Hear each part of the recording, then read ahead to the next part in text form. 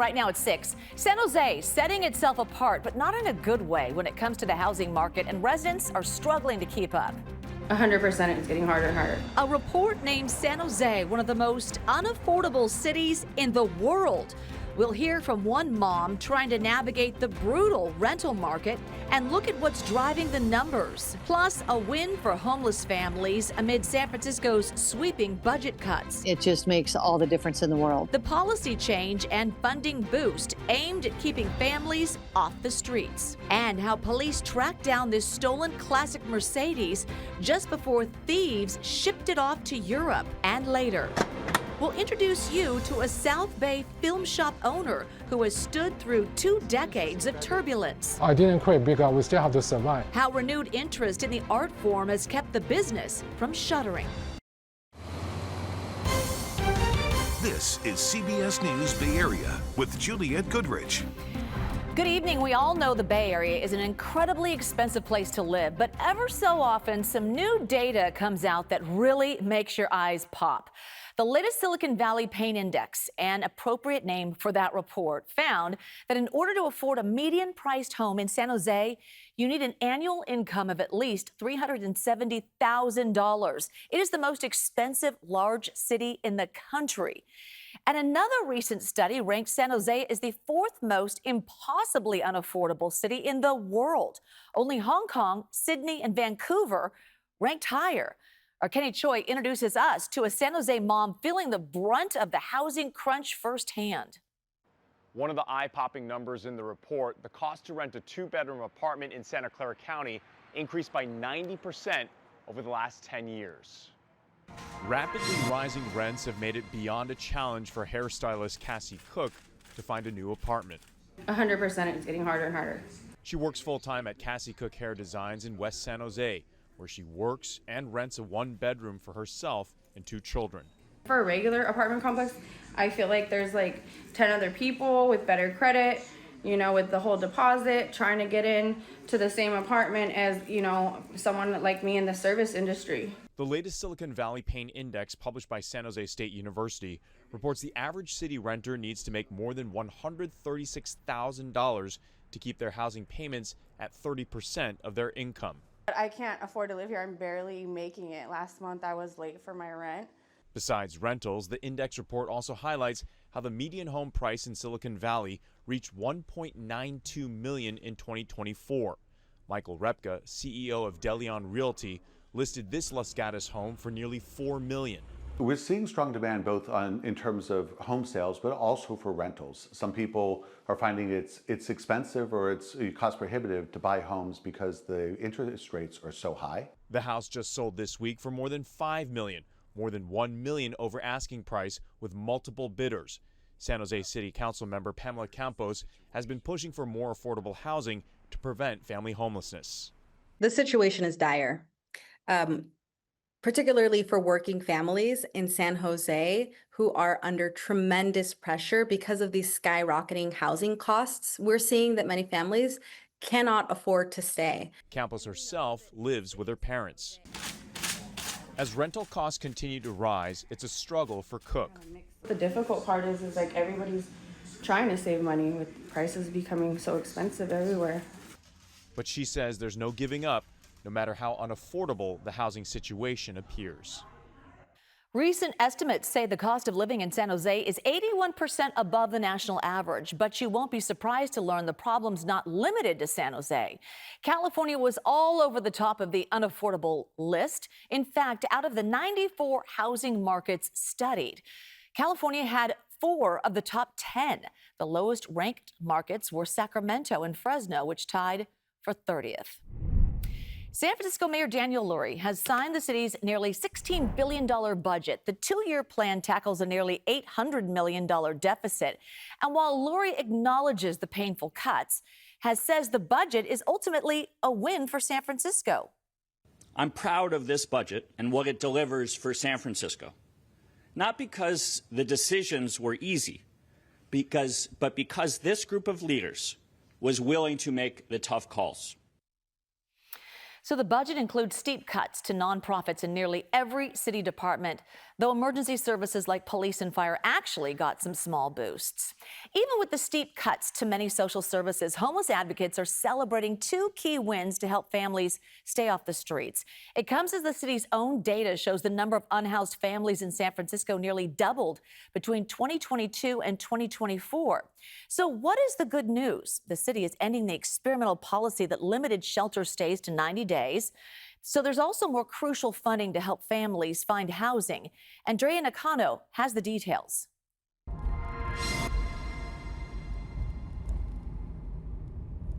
Months of negotiations have come to an end as the Board of Supervisors and Mayor Daniel Lurie's office finalize details to help homeless families. What it boils down to is the kids, and having a safe and decent place to call home is really transformative for the children. To have a table to sit at, to have the door to lock, I mean, it just makes all the difference in the world. Executive Director of the Coalition on Homelessness, Jennifer Friedenbach, says the number of families experiencing homelessness has doubled this year. She says ending a 90-day limit on shelter stays for families, along with $30 million in funding for rental subsidies, will help provide kids some peace of mind. The impact on kids is really quite devastating. You see just, they have a much higher increased chance of experiencing or witnessing violence. They have their educational outcomes are dramatically diminished. District 9 Supervisor Jackie Fielder played a critical role in making sure money from Prop C, the Our City, Our Home Fund, is diverted back to families.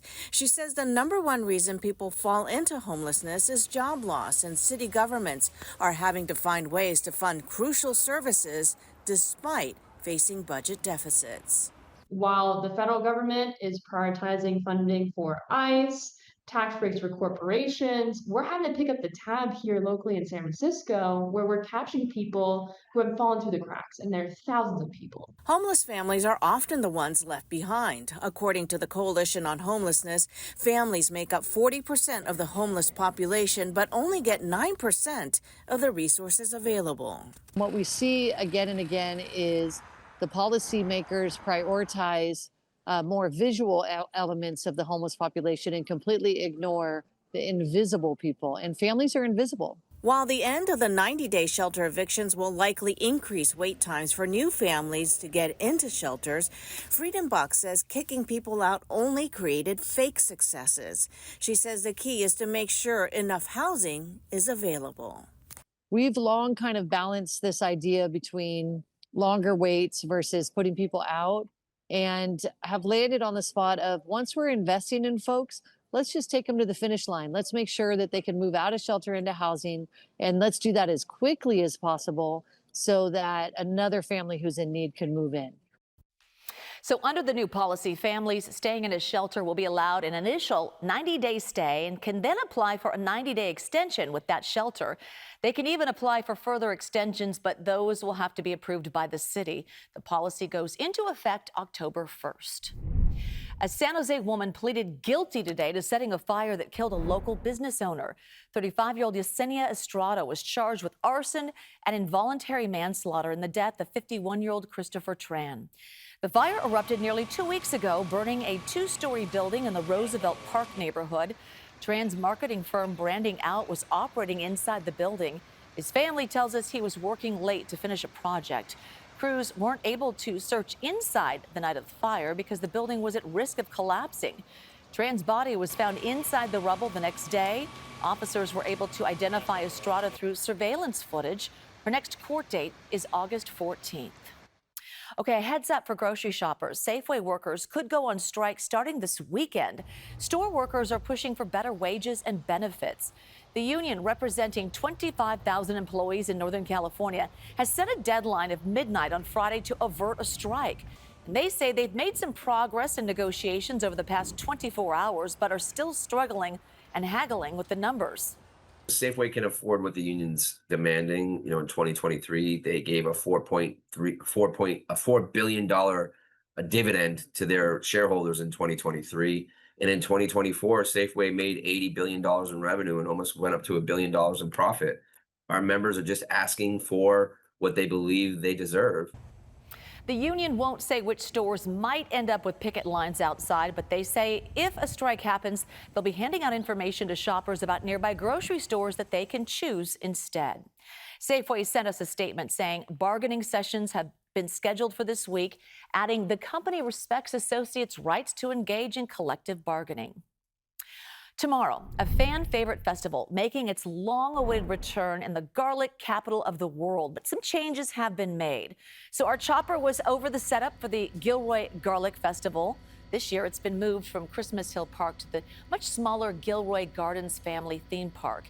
It's been 6 years since the last festival. It shut down after the 2019 mass shooting and COVID pandemic. Tickets for the three-day festival this year are sold out. Still ahead, right here at 6, Vallejo trying to rein in a rat infestation at the ferry terminal. We're going to hear from locals who say they can't believe how many they've seen. Plus, we'll take you inside San Jose's last film store. How developing interest from the younger crowd is helping the shop bounce back from the brink. I feel like there's a craft behind understanding how to shoot on a film image that I really appreciate.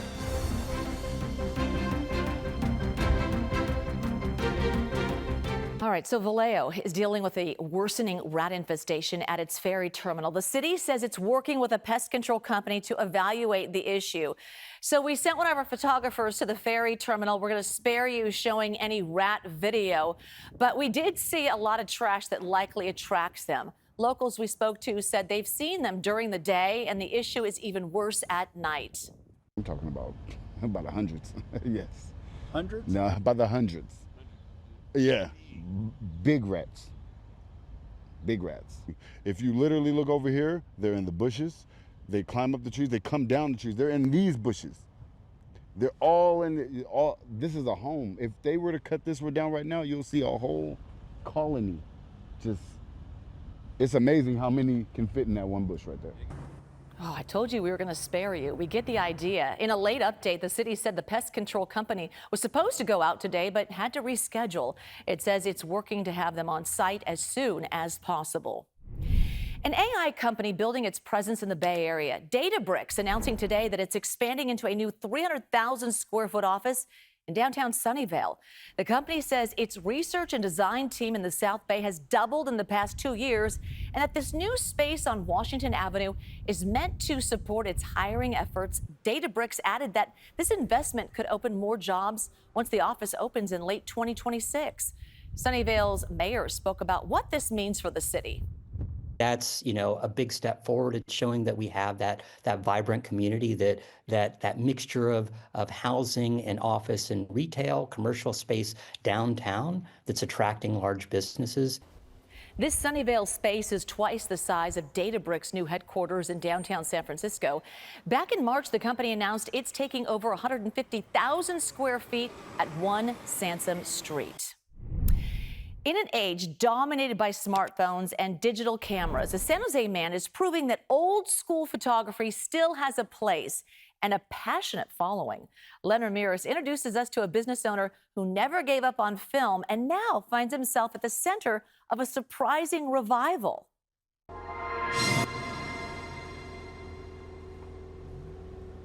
Tucked away in a modest storefront at 7th and Santa Clara Street, a rare piece of photographic history is still very much alive.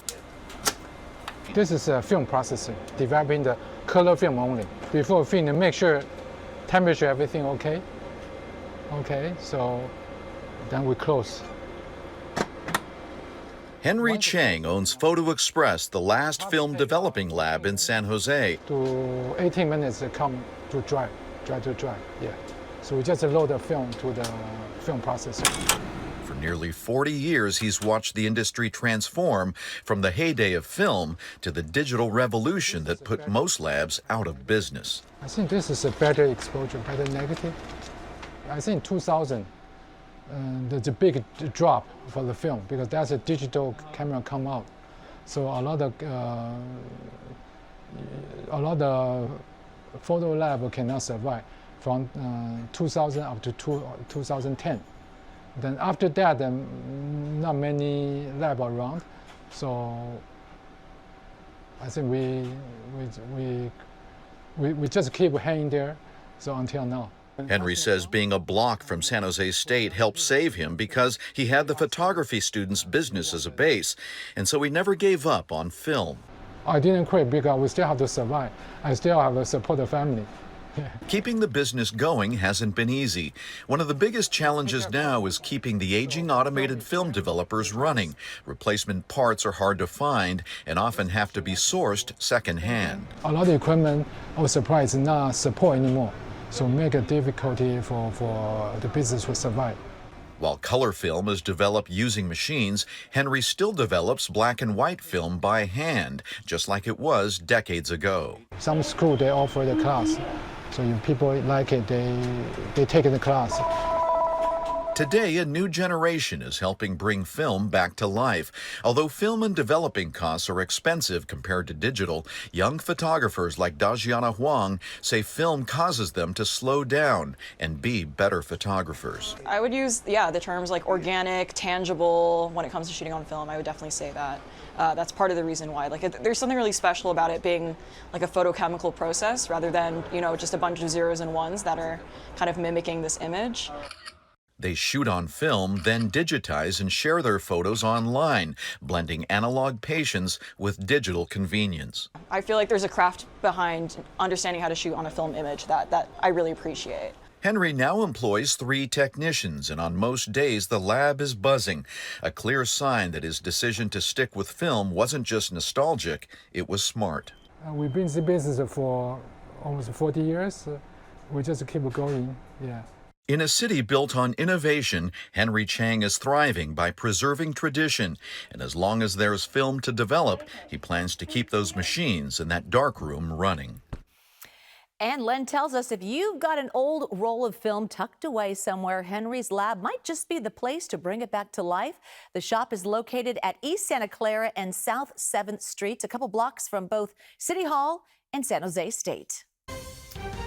Well, in the forecast, I know it's been all about the marine layer and how cool we are, and technically it still is. We'll go into that, but there's something new. Look up here. That's rain.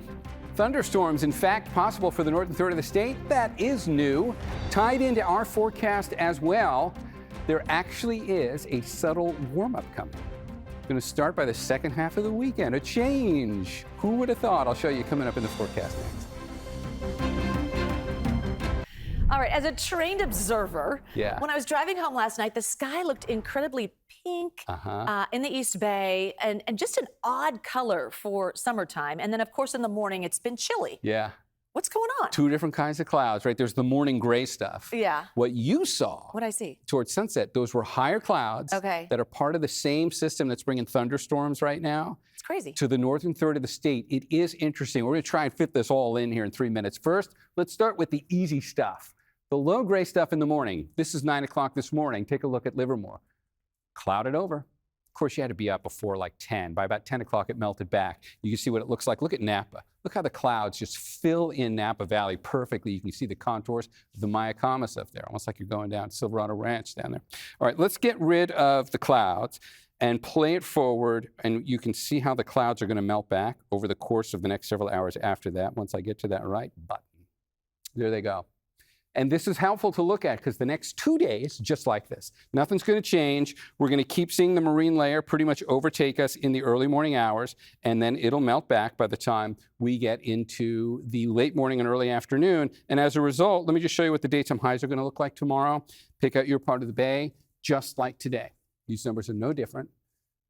Saturday, I'll get out of the way. Yeah, Saturday won't be any different. We're going to do it both days. Sunday is different. And Sunday's difference is going to be about a 5 to 10 degree warm up for those inland microclimates. Look at that 74 for Concord. So by the time we get to Sunday, you're going to be more like 84. And then by Monday of next week, you might have to go to the upper 80s, which is average. That's how far you got to go to get back to it. And I've got 1 day in this forecast when you're probably going to get there. Let's put a little bit of context on the story behind what's happening here. What was up with those weird clouds that Juliet was noticing in the sky? And maybe you also noticed that as well if you happen to look up around, say, sunset. Not the marine layer, and that's just kind of the marine layer sitting out there. What we had showing up came from an area of low pressure right off the coast, barely even see it when you look at the regular satellite, but But if we look at the water vapor now, you see what's driving this. This is why this is such a great way to look at things. There is an area of low pressure right over us. And it is developing clouds and thunderstorms up here. Those are thunderstorms on the northeastern quadrant of the state. This also gave us some mid-level and higher clouds. It'll probably do it again over the next 2 days. You might get a pretty sunset at times. But if you want to see what's going on with those thunderstorms, we say goodbye to this imagery, and I want to bring back what we saw showing up on that far northern third of the state. So let's go back to that and bring in the wider view on California. This is the last 3 hours of radar. And we have seen some rain from that. And if we play it forward on the Futurecast, watch what happens between now and later tonight. You're going to see a bigger complex of them up there. So much of that, in fact, that there actually is a fire weather watch through the Trinity Alps and north of Shasta. This is where we've already got 2 fires that have been burning, by the way, and putting out a fair amount of smoke, although we've managed to dodge most of it. I digress. This pattern, the two go hand in hand in terms of the scattered thunderstorms, our cloud show, the marine layer being able to deepen in the morning because that spinning area of low pressure was right over us, and it's just going to sit there and keep doing that from now through Saturday. And then on Sunday, that area of low pressure is going to leave. Thunderstorms will stop up there. The marine layer will probably just do its normal thing, actually. Maybe it won't go as far inland. That's probably how it'll change when the low leaves. And then this happens. When the low leaves, temperatures are going up. So you're going to see numbers into the mid and upper 80s Monday for our warmer inland microclimates. Won't last long. We'll come back down again by the time we get into like the early part of next week. And you'll see daytime highs go down to around 80. And when we look at this for the Bay, there's really not a whole lot you're going to notice here. In terms of this subtle warm-up, you really need to be inland to notice much. Maybe the Bay notices it a bit, but I don't even think the marine layer is going to change a whole lot here for at least the next 7 days if you're in the Bay or near the water. See you with more on this at 7 o'clock. Juliet, back to you. All right, thanks so much. And when we come back, a classic car stolen months ago is back with its rightful owners, how investigators tracked it down, and where the thieves plan to ship it. And here's a look at what's ahead on the CBS Evening News. I'm Ian Lee at the Post Office's Remote Encoding Center in Salt Lake City, where a team of experts deciphers the addresses on poorly written letters. That story coming up on the CBS Evening News. A stolen family heirloom has finally made its way back to a family in San Francisco. Police recovered a classic car and returned it to its owners last month. Police say this 1970 Mercedes-Benz 280 SL was stolen in a home burglary back in November. They identified 2 suspects and arrested 1 in March. Then last month, the DMV told police the vehicle was listed for sale online and being prepared for export to the Netherlands. Police tracked down the car to a shipping facility in Richmond, brought it back to the San Francisco family. Police arrested the second suspect last week. By the way, the cars are worth a lot. We checked online, found the same model listed upwards of $180,000. Just don't do it. Don't take someone's car. CBS Evening News is next. We'll see you at 7 o'clock in 30 minutes with more local news.